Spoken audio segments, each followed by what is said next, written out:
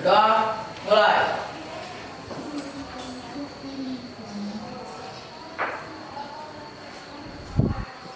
Selesai. Oke, sebelum kita belajar supaya jiwa nasionalisme kita tumbuh, kita menyanyikan lagu nasional terlebih dahulu. Dimohon anak-anak semua berdiri sejenak.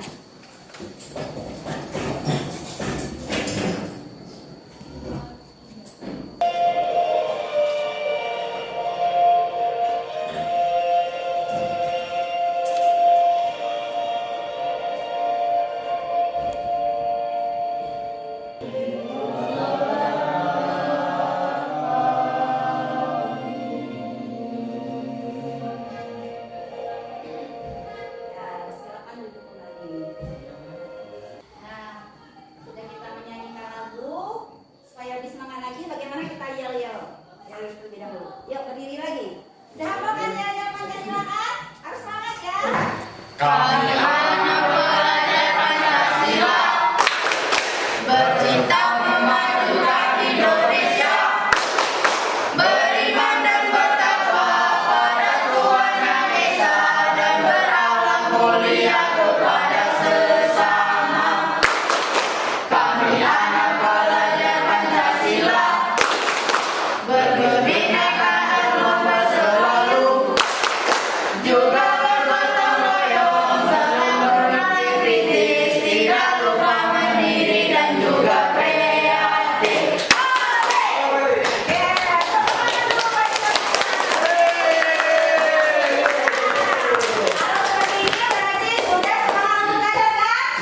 Oke anak-anak, Ibu absen dulu ya.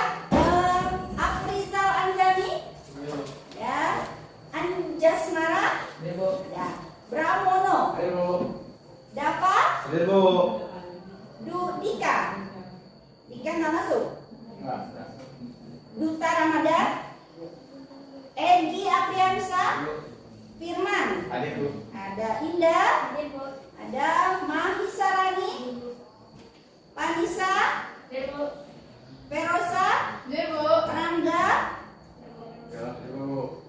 Tri Rahayu. Ya, hadir. Nah, masih ingat nggak kalian dengan pelajaran yang kemarin? Tentang apa kita belajar kemarin? Wirausaha. Nah, apa itu wirausaha? Ada yang tahu? Ya kan? Bisnis. Apa lagi? Yang berani mengambil resiko. Iya. Seorang wirausaha itu dia dalam menjalankan bisnis harus berani menanggung resiko. Kenapa mereka berani menanggung resiko? Karena ketika kita berusaha banyak terjadi hambatan-hambatan yang kita hadapi. Sekarang hari ini kita akan belajar tentang apa? Ada yang tahu? Nggak ada ya? Hari ini kita belajar mengenai peluang usaha. Kalian perhatikan di gambar peluang usaha sebentar. Buka dulu tentang peluang usaha.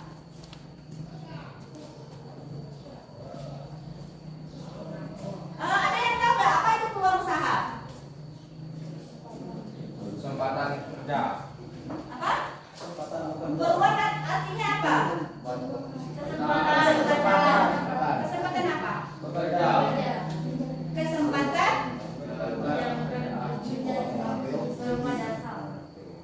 Kesempatan dalam menjalankan bisnis. Oke, sekarang kita masuk ke tujuan. Tujuan kita pembelajaran hari ini adalah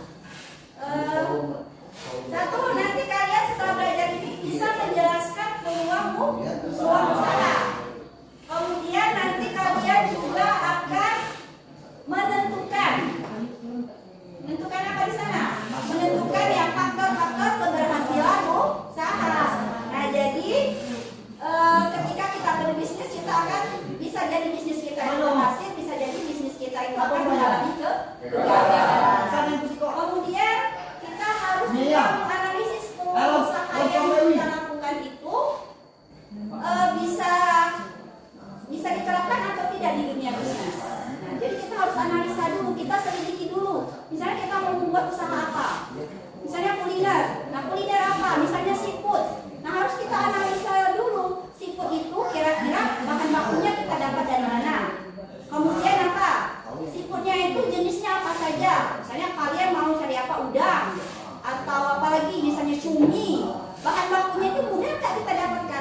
Kalau udah baru kita jalankan bisnis tersebut, kita analisa dulu. Kalau tidak berarti kita harus mencari alternatif lain. Seperti itu cara menganalisis peluang usaha. Kemudian kalian juga harus setelah itu sudah dianalisis, tentukan apa yang cocok untuk kalian buka.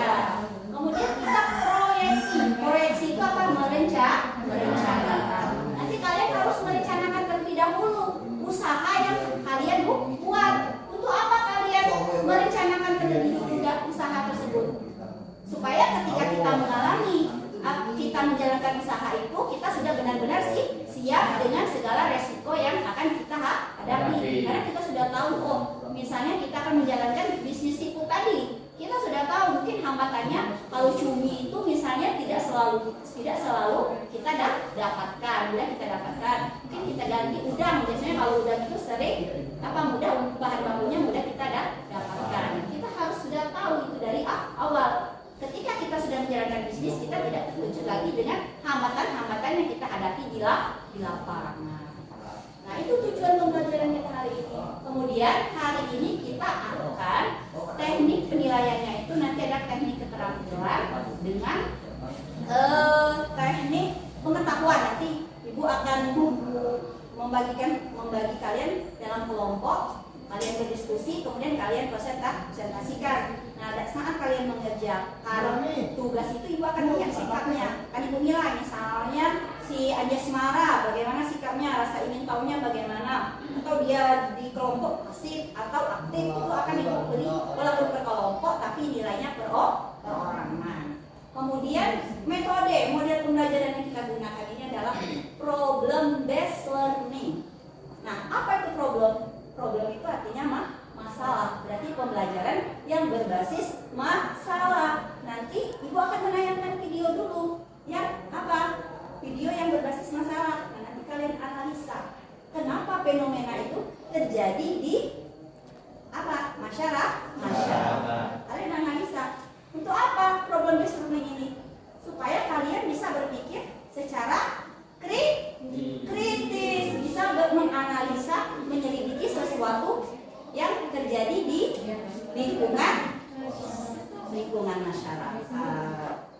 Nah, kemudian di sini ini seperti ini peta konsepnya. Peluang usaha itu kita dapatkan awal mulanya dari inspirasi.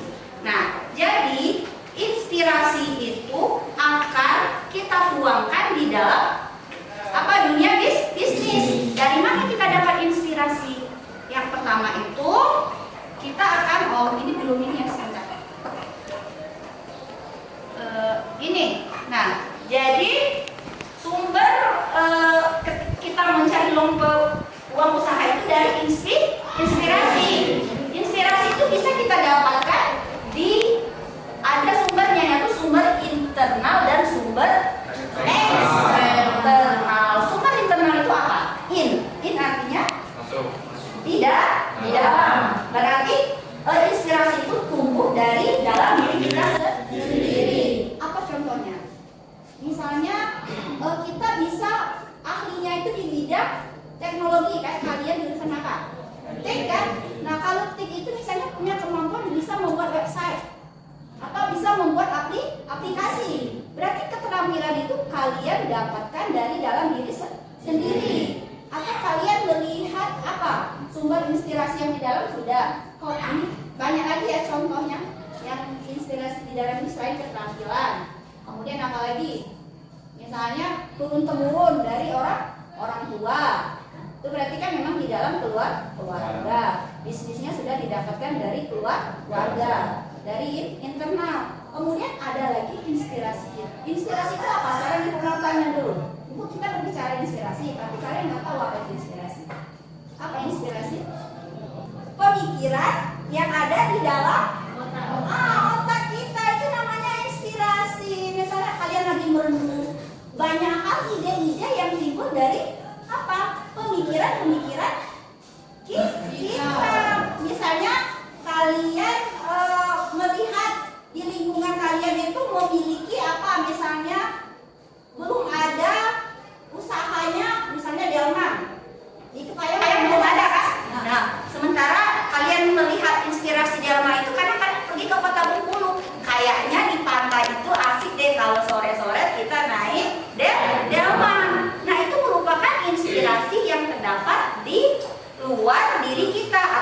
sumbernya eksternal. Atau kalian melihat, oh kayaknya para pengusaha itu orangnya kayak kaya deh, daripada apa misalnya pekerja-pekerja lain. Nah, dari sana juga kalian berarti terinspirasi dari para pengusaha yang sukses. Nah, itu yang dinamakan dengan eksternal. Atau kalian bisa juga ini nanti melihat di YouTube, kayaknya youtuber itu kaya. Kenapa sih youtuber kaya? Karena ketika banyak viewersnya ya, banyak yang subscriber ya. Kalau di YouTube itu namanya subscriber. Nah, ketika misalnya subscribernya banyak, tentu akan mendatangkan iklan. Ketika orang mau mengiklankan di YouTube kita, tentu harus apa? Membayar. Seperti itu. Inspirasinya itu berarti dari eksternal. Sudah bisa membedakan sumber inspirasi internal dan eksternal? Bisa ya? Oke. Nah, sekarang setelah kita mengetahui sumber inspirasi peluang usaha itu, kita harus memanfaatkan ide kita. Ide kita itu jangan cuma tinggal di pikiran, tapi harus kita realisasikan. Apa itu realisasikan? Harus kita jalankan dalam kehidupan nyata. Jangan cuma hayalan, tapi harus dibuktikan dengan kenyataan. Nah, kemudian kita masuk. Nah, ketika kita sudah memanfaatkan peluang usaha, yang akan terjadi apa?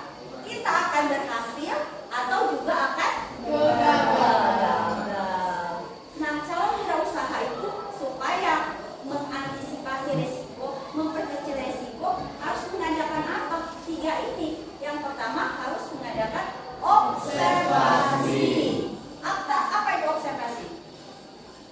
Observasi itu adalah pengamatan di lingkungan sekitar. Kita melihat, misalnya kita mau naik apa tadi? Membuka usaha delman. Kira-kira laku nggak kalau kita buka itu? Atau sudah ada belum? Nah, kalau belum berarti itu dinamakan dengan peluang.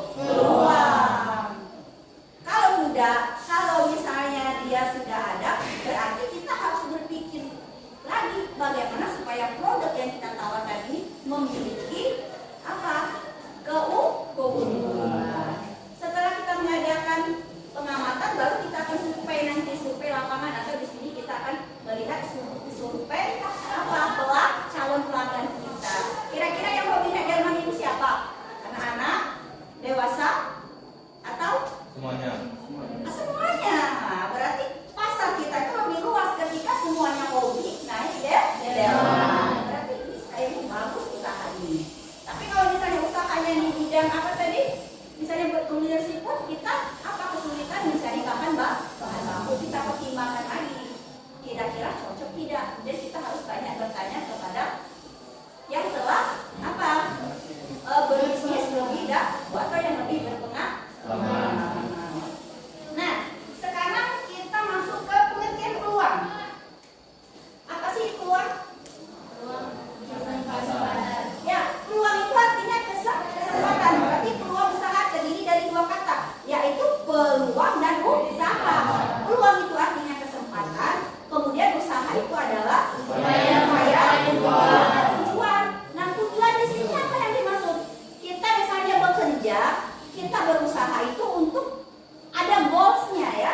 Ada apa? Sesuatu yang ingin kita capai. Apa yang ingin kita capai kalau kita berusaha? Iya, di sini tujuan yang hendak dicapai yaitu bisa dalam keuntungan. Keuntungan itu dia bisa berupa uang. Tidak hanya uang itu yang sudah terkumpul dia akan membuat kita menjadi kaya. Kemudian apalagi tujuan kita? Kepuasan lahir dan batin. Kenapa kita puas? Kenapa? Karena ketika kita menjalankan usaha itu, kita tidak diatur oleh orang lain. Namanya pengusaha itu kita mandiri. Kita mau bekerja menggunakan waktu itu terserah kita. Tidak ada yang mengatur. Beda kalau pegawai. Kalau pegawai harus pagi-pagi bekerja. Kemudian diatur oleh apa? Cutinya mungkin cuma berapa hari dalam seminggu. Pokoknya dia terikat. Enaknya pengusaha bebas mencari waktu, kapan mau buka toko, kapan mau tutup toko, pokoknya bebas. Karena yang namanya wirausaha itu adalah seorang yang mengendalikan usaha. Beda wirausaha dengan karyawan. Kalau pengusaha itu adalah bos, orang yang apa? Memiliki perusahaan. Tapi kalau karyawan orang yang bekerja di perusahaan. Pilih mana? Pilih karyawan atau pilih jadi bos? Bos. Harus pilih jadi bos. Tapi syarat untuk jadi bos itu sangat banyak. Salah satunya apa? Harus punya keterampilan. Setelah punya keterampilan harus berani. Gak bisa takut-takut nanti aku buka usaha bangkrut, nanti pas aku buka usaha gagal, atau konsumennya sedikit. Nah, gak bisa. Kalau mau jadi pengusaha kita harus berani menanggung resiko. Terus tapi kita harus punya kekuatan di dalam diri kita apa? Kita harus bagaimana? Harus bagaimana nak? Harus terampil. Jadi tolong ini nak jangan didiamkan, diambil dulu kameranya dari situ. Nah, sudah paham dari sini anak peluang usaha? Nah, sekarang kalian amati video. Nah, videonya. Nah, ibu akan memberikan videonya.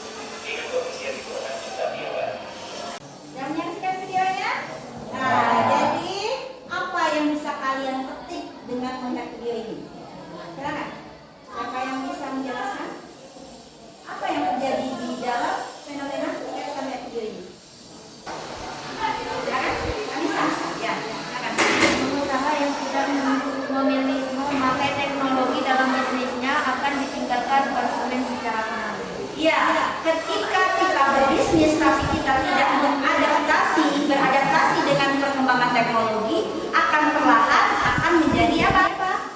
Mengalami usaha kita akan mengalami kebangkrutan. Kenapa mengalami kebangkrutan? Karena kita akan dikalahkan oleh para kaum milenial yang melek teknologi. Ya, betul, Vanessa. Yang kedua, siapa lagi? Yang mau ya, silakan. Berdiri nak. Usaha yang menguasai dan memanfaatkan teknologi akan lebih mudah menjalankan bisnisnya. Ya, ketika para pebisnis dia memanfaatkan teknologi, dia akan lebih mudah dalam memperkenalkan produknya kepada konsumen atau kepada pelanggan. Kenapa? Karena sekarang ini kita beriklan itu bisa melalui media sosial. Kemudian bisa menggunakan media apalagi akun bisnis yang apa? Biayanya itu tidak mengeluarkan biaya yang besar. Tadi contohnya apa? Ria Ricis itu atau YouTuber Atta, mereka itu mengeluarkan dana itu katanya tidak sampai 1 miliar untuk mendapatkan keuntungan yang besar. Tapi kalau stasiun-stasiun yang misalnya stasiun mainstream tadi katanya kenapa mengalami kebangkrutan? Misalnya tadi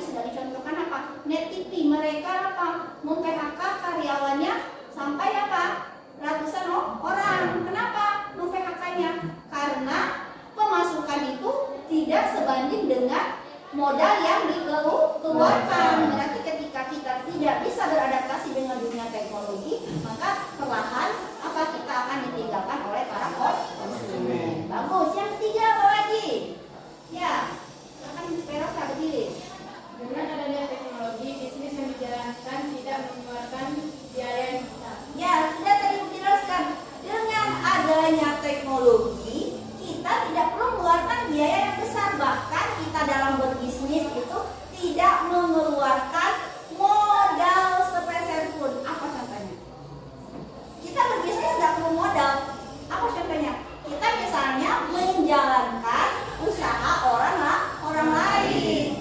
Dengan modal kita apa? Mempostingnya di akun bisnis. Misalnya kalau sekarang kita kan misalnya bisa memanfaatkan media sosial itu dalam berjualan. Jualannya kita ambil dari mana? Misalnya bisa dari, kalau kita misalnya berlangganan Shopee, kita bisa mengambil barang itu misalnya kalau dalam skala kecil dari Shopee. Kemudian kita jual kembali di apa? Di akun Facebook atau apalagi akun bisnis. Kita bisa, atau barang orang lain yang dia tidak melek teknologi, dia punya misalnya barangnya itu apa contohnya? Udang misalnya tadi kan. Nah, udang itu kita kan tidak menyetok udang, tapi kita bisa menjual udang. Di sini kita perlu apa sih? Perlu apa? Ketika kita nggak punya modal, kita perlu kerjasama. Kita datangi misalnya yang menjual si udang tadi. Pak, bisa saya tolong menjualkan udangnya? Dari Bapak berapa? Ketika laku, nanti saya akan ambil dengan Bapak. Nah, kita nggak perlu mengeluarkan modal. Ketika ada yang besar, baru kita ambil barangnya kepada supplier. Butuh modal tidak? Tidak, modal kita cukup apa? Internet dan handphone. Seperti itu bisnis di era digital. Apalagi? Ya, silakan. Bapak. Orang yang mampu beradaptasi dengan teknologi berpeluang besar untuk menjadi kaya. Ya, orang yang mampu beradaptasi dengan teknologi, kekayaannya itu akan cepat sekali meningkat. Kayak tadi, Ria Ricis, kemudian apalagi youtuber-youtuber itu, dalam waktu sekejap saja mereka sudah menghasilkan kekayaan yang luar biasa. Yang apa? Memiliki Facebook. Nah, Mark Zuckerberg itu dalam waktu cuma 2 tahun atau 3 tahun dia sudah menduduki posisi apa? Nomor 3 kekayaannya di dunia. Kenapa? Karena dia sangat menguasai, bisa membuat aplikasi yang menghubungkan banyak orang di seluruh penjuru dunia. Itu ketika kita sudah memiliki keterampilan di bidang teknologi, maka kita akan lebih apa? Lebih mudah untuk mencari kekayaan. Apa lagi? Ya, Pak. Teknologi mempermudah manusia untuk memenuhi kebutuhan hidup sehari-hari. Iya. Kenapa dikatakan kalau teknologi itu mempermudah kita untuk apa? Memenuhi kebutuhan kita sehari-hari. Kita mau apa sih sekarang? Bisa kita cari di marketplace. Misalnya kita butuhnya apa? Yang nggak ada dijual di Kepangyang. Misalnya apa? Misalnya kita maunya kurma yang premium. Nah, nggak ada di Kepangyang misalnya. Kurma Ajwa, ada yang jual di Kepangyang. Kita bisa cari di marketplace. Kemudian sangat memudahkan kan? Kita mau bepergian, kita bisa apa? Menggunakan aplikasi misalnya Grab kalau kita di sini, Gojek atau Om Kurir.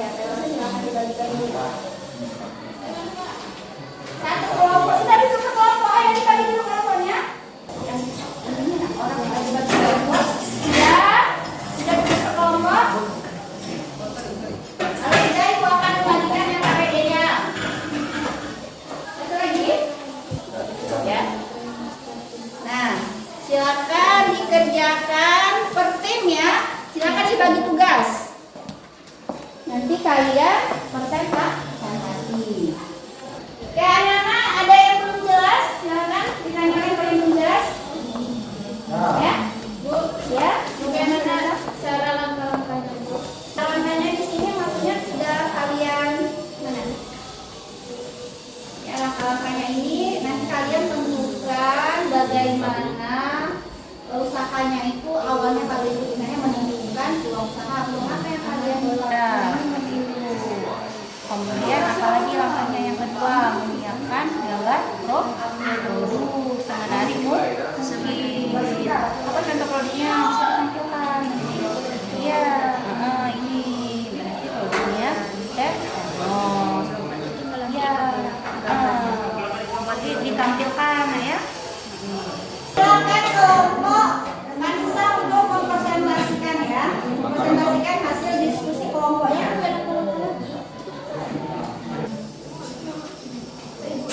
Ya, silakan kelompok satu untuk mempresentasikan hasil diskusinya. Ibu akan mulai ya dari belakang. Yang lain kelompok lain nanti bertanya. Assalamualaikum warahmatullahi wabarakatuh. Waalaikumsalam warahmatullahi wabarakatuh. Kami dari kelompok 2 ingin mempresentasikan hasil saya. Lagi Aisyah dengan Mistiriato. Dan kami akan mempresentasikan hasil kerja kelompok kami. Yang pertama, marketing online shop. Dalam pemasarannya, biasanya online shop memanfaatkan beberapa layanan dan aplikasi. Kami rekomendasi sweater hoodie dengan harga 50 ribuan. Sweater dengan model terbaru yang cocok banget kamu yang mau tampil kekinian, jangan sampai habis saja. Yang pertama, sweater anti-pixel 7, bahan size premium, ukuran LD 118, panjang 63. Warna yang tersedia mint dan hitam. Jahitannya rapi, harga 50 ribuan. Kami mempromosikan produk kami melalui Facebook. Ditanyakan mengenai produk kami. Nama saya Perosa, saya dari kelompok 4. Apa saja keunggulan dari produk kalian? Keunggulan dari produk kami, produk yang mempunyai kualitas yang bagus dengan harga yang relatif murah, mulai dari 50 ribuan sampai 70 ribuan. Presentasi dari kami akhiri, kurang lebih kami mohon maaf. Kami akhiri, wassalamualaikum warahmatullahi wabarakatuh. Waalaikumsalam warahmatullahi wabarakatuh.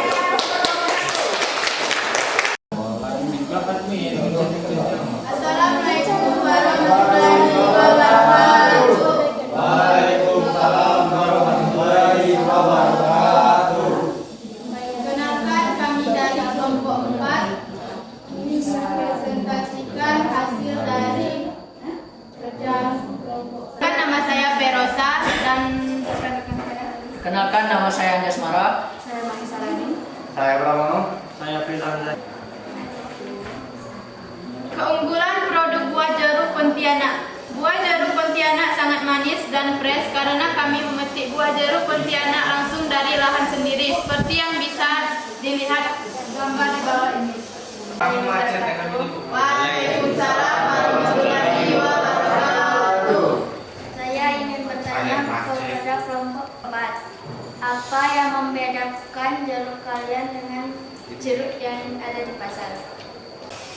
Baiklah, saya akan mengatakan yang dari Anda.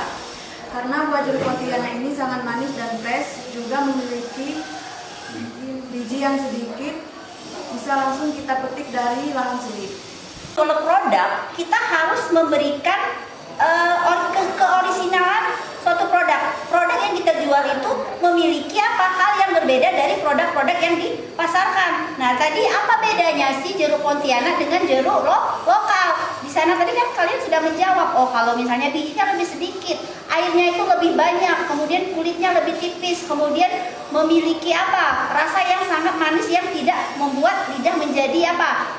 cepat bosan ketika menikmati buah tersebut. Nah, itu salah satu perbedaan dari produk-produk yang ada di pasaran. Nah, untuk supaya produk kita itu laku di pasaran, banyak peminatnya, kita itu harus memiliki keunggulan dalam produknya.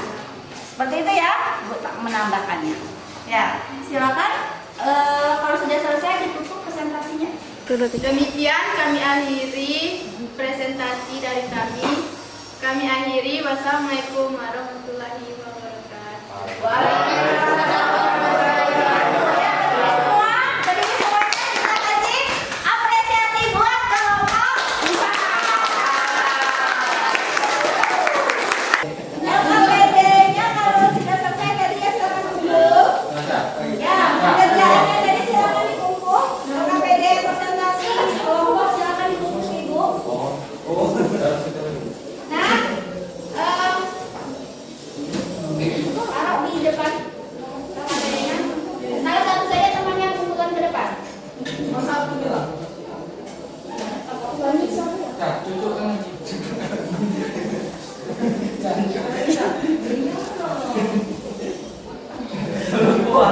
Ya, ada satu lagi yang harus kalian kerjakan.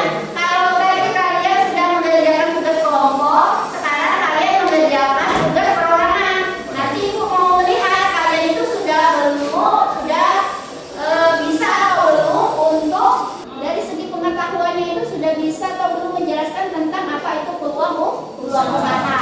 Ini Ibu akan memberikan tesnya dengan pilihan ganda. Jadi kalian kerjakan perseorangan ya, tidak boleh bekerja secara kelompok. Nanti yang tidak lulus berarti akan remedi. Silakan dibagikan dulu. Silakan namanya. Ya, yang sudah silakan dikumpulkan. Silakan dikumpulkan.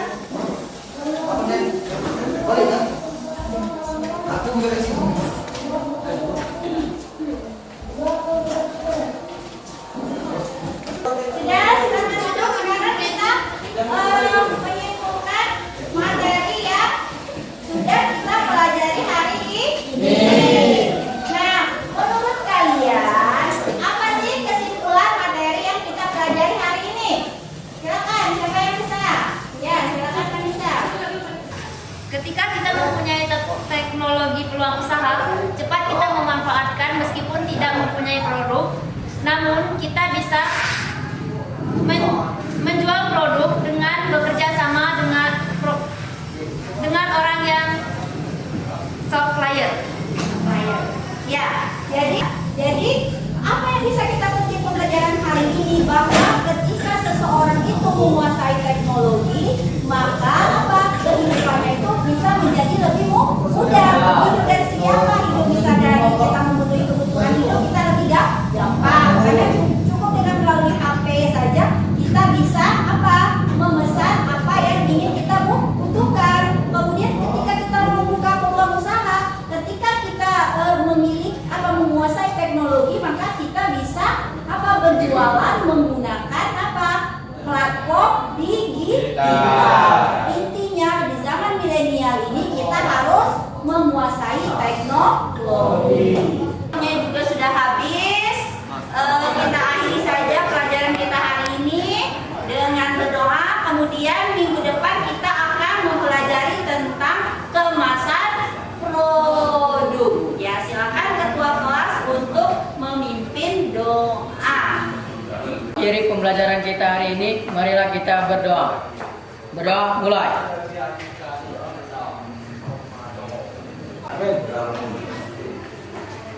Bersedia. Ucapkan salam.